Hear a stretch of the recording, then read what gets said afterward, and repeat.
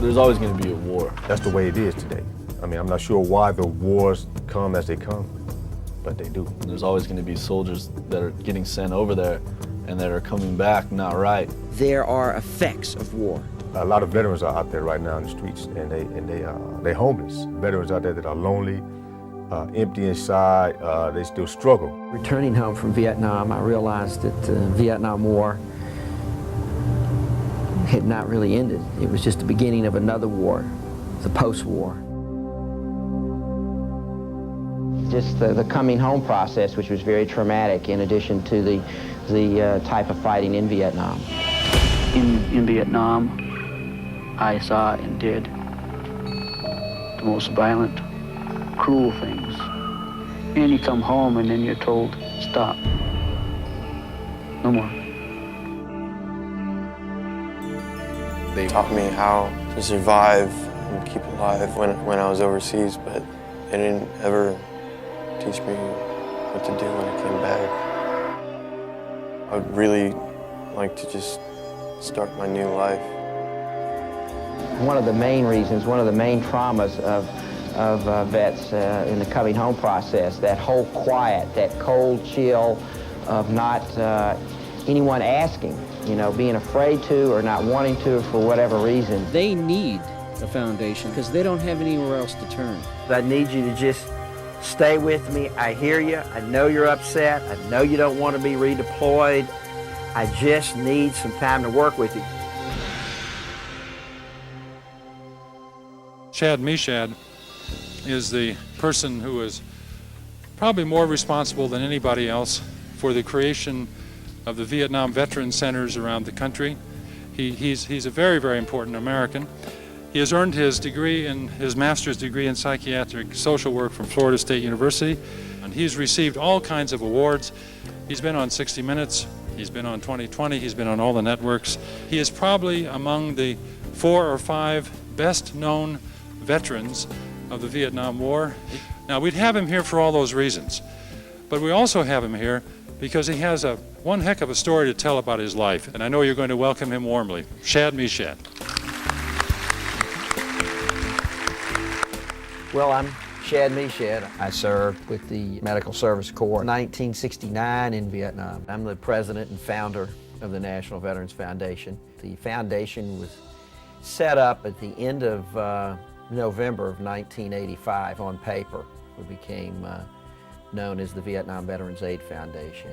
A lot of veterans are out there right now in the streets, and they're homeless. Veterans out there that are lonely, empty inside, they still struggle. This is a war going on inside of each and every one of us. Here at the NVF, we run a crisis hotline. We're the only toll-free hotline of its type in the country, and we're an information referral service for veterans and their family. We don't only help veterans, we help anybody that calls us, really. I take phone calls, handle problems that veterans are experiencing. From a denial of a claim, or they may seek information regarding to a telephone number to seek help for alcoholism or drug addiction. We're here today really to just talk about this current war and yourselves. We're going to talk about a lot of stuff. Sean, tell us about the young man that decides to go to the Marine Corps. Where are we going back to? September 11th happened, and when those towers fell, you know, all of our security was now in question, and how that fear manifested itself with me was rage. And I know it's hard to let go of that rage.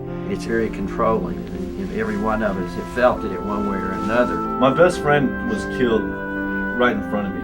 I mean, I was still so pissed off about that. I can't get that out of my head, and I mean, the rage is still there.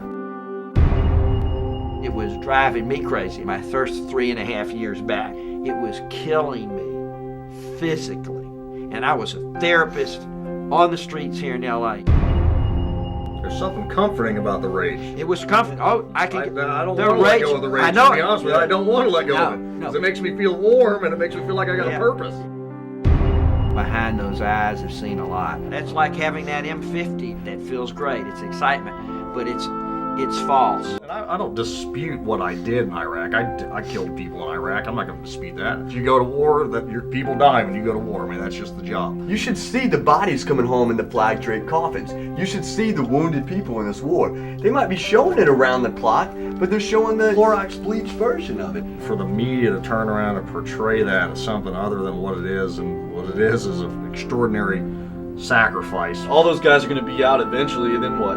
They're not troops anymore. They're not soldiers anymore. So who's supporting them? Nobody is. All that stuff disappears as soon as you get out. I would say like it's what I perceive to be a complete and total disconnect between those of us who have served in a combat zone versus everyone else, basically. I'm up to 38 people that I know, we're friends with that have since passed away. It's as real as life can be. I mean, I really do believe that. I mean, death is about, being around all that death and that destruction, responsible for it even, is about as real as life can be.